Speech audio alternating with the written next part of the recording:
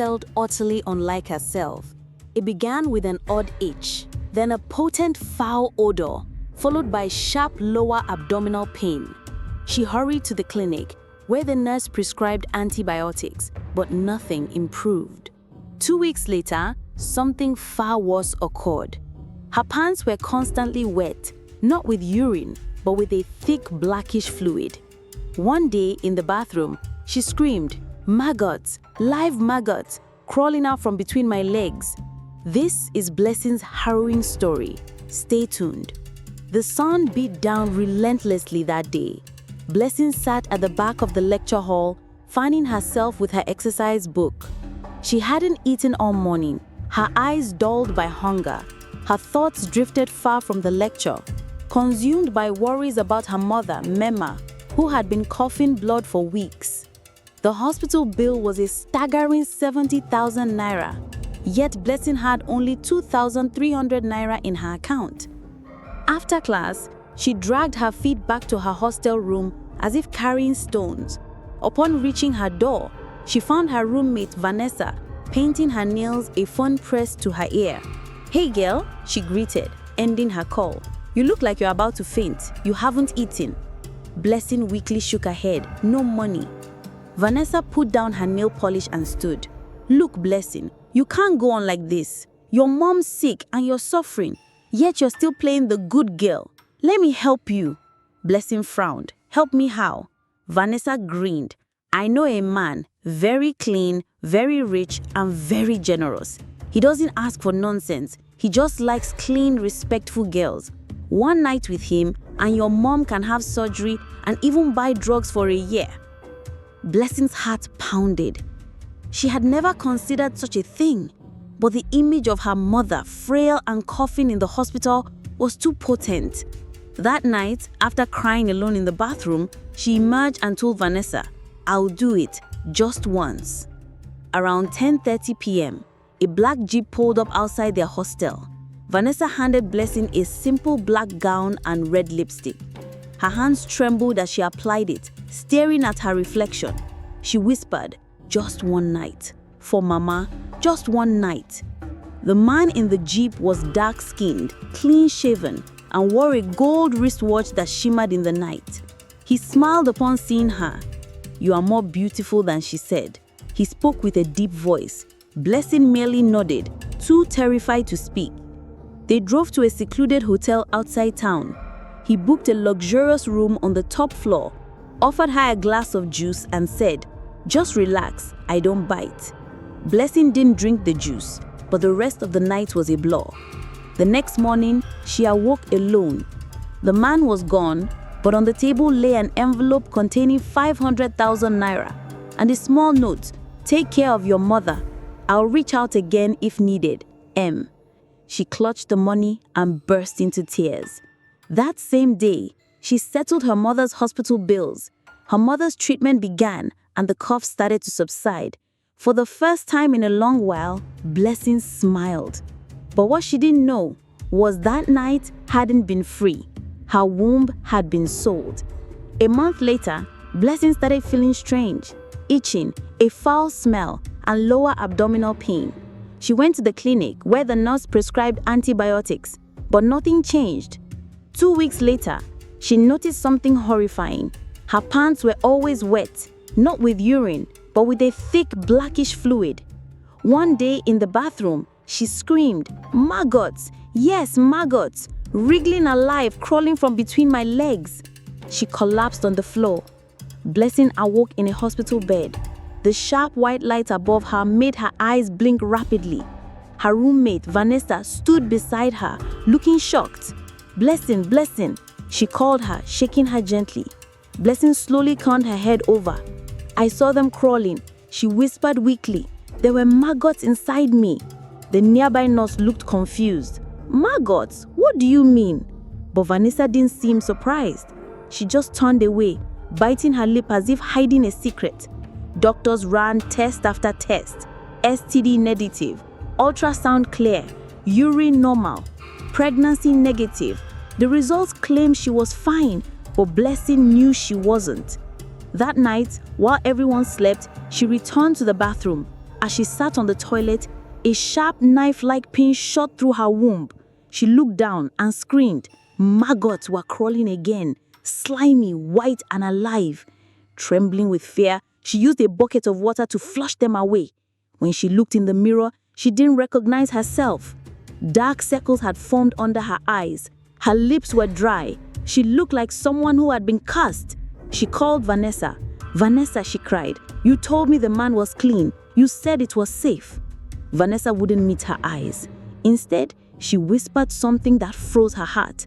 I didn't know he still does that. Blessing stared at her. Still does what? Vanessa looked around, then leaned closer. Some girls who slept with him before, they went mad. Others bled until they died. You are not the first. What? Blessing gasped. I thought he changed. He paid me extra to bring you that night. I swear, I didn't know he still... Blessing slapped her hard across the face. You sold me out for money. Tears streamed down Vanessa's face. I'm sorry, she sobbed. But it was too late. The damage had already been done. Desperate and afraid, Blessing followed her mother's advice and sought out a powerful prophetess in a nearby village. The prophetess wore a white wrapper, sat barefoot on a mat, and her eyes were covered with white chalk. Before Blessing could speak, the woman declared, you carried a demon that night. Your womb has been sold. Blessing's knees buckled. I didn't know, she whispered, crying. The woman shook her head. The man you slept with is part of a powerful cult. They exchange women's wombs for riches and political power. It's not ordinary. That night they collected your seed. What you saw, those maggots, are not physical. It is sign from the spirit world. Blessing clutched her chest. So what can I do? She asked, shaking. Please, I want my womb back. I want to be free. The woman looked deep into her eyes. There is only one way. You must confront him directly. But before then, you must undergo cleansing. 3 nights in the sacred stream. If your spirit is strong, you will survive. If it's weak, you may never return. Blessing wiped her tears, stood slowly, and nodded. I will go. The journey to the stream had begun, but something else was already watching her from the dark shadows of the night. It was 4 a.m. The village was still dark and quiet, save for the croaking of frogs and distant crickets. Blessing was barefoot, clad in a plain white wrapper, walking through the forest path with the prophetess and her helper, Min Kechi. They carried a small calabash, a bottle of palm oil, white chalk, and a broom made from palm fronds. The deeper they went, the colder it became. Blessing clutched her chest, her heart pounding. She had never entered the forest in the night before, and now she was heading to a sacred river, Oshamirani, the river that talks. The prophetess said, this river sees everything. It knows what happened to you. It knows what was taken, but it can also fight back if your hands are clean. Upon reaching the riverbank, the prophetess knelt and whispered ancient words into the air. Suddenly, the wind intensified, the trees shook, and the river water began to swell on its own. Blessing shivered. The prophetess turned to her. Remove your wrapper. Step into the river. Let it touch your womb. Blessing obeyed, stepping into the frigid water. It was freezing. Her teeth chattered, and her legs felt numb. Then the prophetess threw the egg into the water and loudly declared, if her womb was sold, let the river reveal it. The egg floated for a moment, then cracked open on its own, revealing a black liquid inside. The prophetess gasped. It is confirmed, she whispered. Her womb was spiritually buried. Then she dipped the broom in the river and began to sweep the water around Blessing. As she chanted, Blessing suddenly screamed. A strong burning sensation shot through her stomach. She doubled over in pain, crying. But the prophetess didn't stop. The spirit is angry, she said, but we must continue. Just as they were about to conclude the ritual, a strange voice echoed from the water. She must return the price or remain cursed. The women froze. Blessing was trembling all over. What does that mean? She asked. The prophetess looked scared. It means the man who sold your womb must return the money he gained or the curse stays, no matter what we do. Blessing dropped to her knees in the water crying. But I don't even know his real name. I don't know how to find him. The prophetess stared at her. Then you must go back to the one who took you to him, your roommate. The next day, weak and still in pain, Blessing returned to school. Vanessa was shocked to see her. "Blessing, you left just like that. I've been looking for you." Blessing didn't answer. She walked straight into the room and locked the door. That evening, she finally sat with Vanessa and said, "I need his name, his full name." Her face changed, fear creeping into her eyes. "I told you, he doesn't like people talking about him." Blessing grabbed her shirt. "I said, give me his name, or I swear, if I die, I will come back and drag you into the grave with me." Shaking, Vanessa slowly wrote a name on a piece of paper. Chief Maxwell Omikam. Blessing looked at the name, burning it into her brain. Now she had a name. The same name the river wanted. The same man who must return the price, or she would never be free. The same man who must return the price, or she would never be free. Blessing couldn't sleep that night. She lay on a hostel bed, staring at the ceiling fan as the name Chief Maxwell Omikam echoed in her head over and over again. A name that sounded like power and destruction. The man who had taken everything from her and vanished like smoke. She picked up her phone, searched the name online, but nothing appeared. No Facebook, no Instagram, no company, no business records. It was as if the man didn't exist. But he did. She felt it in her womb. The next morning, she stormed into Vanessa's room, eyes red with anger and frustration. "Where does he live? Where does he work? Give me something." Vanessa looked scared. "Blessing, please. I don't want to die. I'm begging you. That man is not ordinary. He warned me never to share his location. The last girl who tried to track him, she went mad." Blessing didn't care. "My womb is gone," she shouted. "He already took everything from me. What else do I have to lose?" Vanessa hesitated, then finally whispered, "He has a private lodge in town near Hilltop Estate, but security is tight. No one enters without invitation." Later that day, Blessing borrowed a friend's oversized hoodie and glasses, packed a small bag, and took a bike to Hilltop Estate. It was quiet and luxurious. Big houses, tall gates, no children playing around. Everything looked too polished, too secretive. She asked around. Most people just stared or ignored her, but a fruit seller finally whispered, "If it's the big house with the black jeep, that's Oduga's place, but nobody calls him Maxwell around here." Blessing repeated, "Oduga?" The fruit seller nodded. "Yes, people say he helped build this estate. Others say he owns it. But strange things happen inside there. Some girls enter and never come out again." Chills ran down Blessing's spine. She tried to enter. She walked to the tall black gate with gold patterns. 2 huge security men stood there. "Good afternoon," she said, her voice shaking. "I want to see Chief Maxwell. I mean, Oduga." One of the guards laughed. "You have an appointment?" She shook her head, then turned back. The other one said sharply, "This is not a church. You don't walk in without invitation." "But I need to see him. Please, tell him it's Blessing. He knows me." The guards burst into laughter. "Go back, small girl, before we help you disappear." They pushed her away and slammed the gate shut. She stood there for minutes, heartbroken. Tears filled her eyes, not because she failed, but because the war had just begun. That night at the hostel, Blessing returned quietly, not saying a word to anyone. Around midnight, she woke up screaming. She had a nightmare.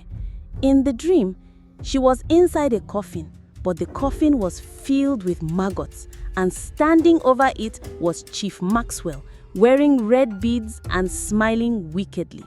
He leaned close and whispered, "I didn't just take your womb, I bought your destiny." She woke up sweating. Her roommate ran to her. "Blessing, what is it?" She grabbed her Bible and began to cry. "I need to go back to the prophetess. I need to go back. This is no longer a sickness. This is war." Meanwhile, Far away in a dark compound surrounded by high fences, Chief Maxwell sat in a red chair, a glass of palm wine in his hand. Behind him were burning candles and an old shrine. He picked up a goat horn and poured some wine into it. Then he spoke into the darkness. "She's awake. She wants to fight. Let her try. But by the time she finds me again, there will be nothing left of her." He sipped his drink and smiled. The battle had just begun.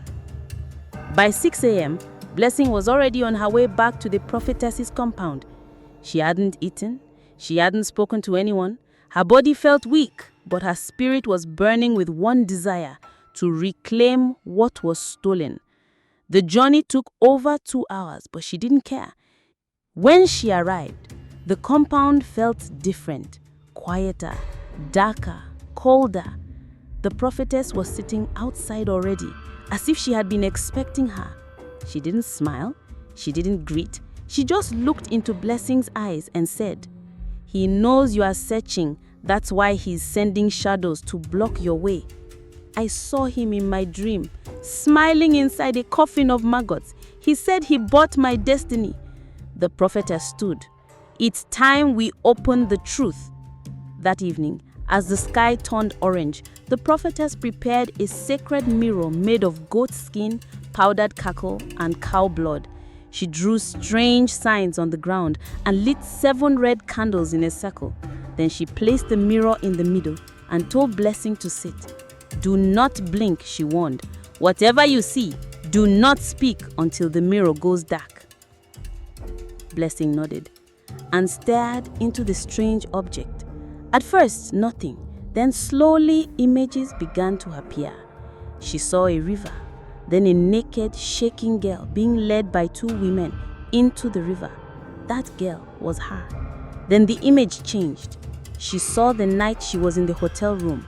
The man offered her juice. She refused. But something was blown into her face, white powder. She passed out. Then another image, a small shrine.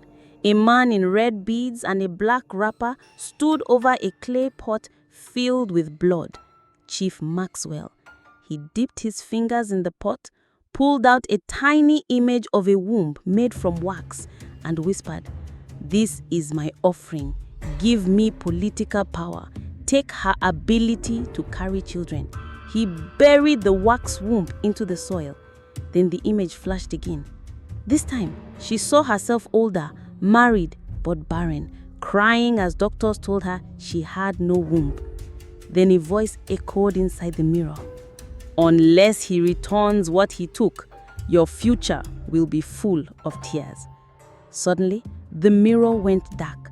Blessing fell backwards, screaming. Her roommate ran to her. "Blessing, what is it?"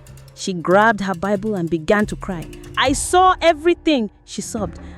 She buried something. He gave my womb to the gods." The prophetess nodded. "Yes, and he paid them with your destiny.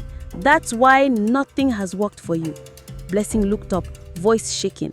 "Can I still get it back?" The prophetess paused, then said slowly, "Yes, but only if he unburies it with his own hands or if his blood touches the oath where your womb was buried." Blessing's eyes widened. "His blood?" The prophetess nodded. "Either he willingly returns what he stole or he must bleed on the same ground." Blessing stood up slowly, then whispered, "Then I must make him bleed." Later that night, Chief Maxwell was driving home in his black Jeep, smiling after a political meeting. As he stepped into his compound, he stopped. On his gate was a red cloth tied in a strange knot. He walked closer. Written on it with cackle were 4 words: "I want my womb." He stared at it, then looked around. There was no one in sight, but he could feel it. War had started. This is just the beginning of Blessing's fight. Will she reclaim what was stolen from her, or will Chief Maxwell's dark power consume her?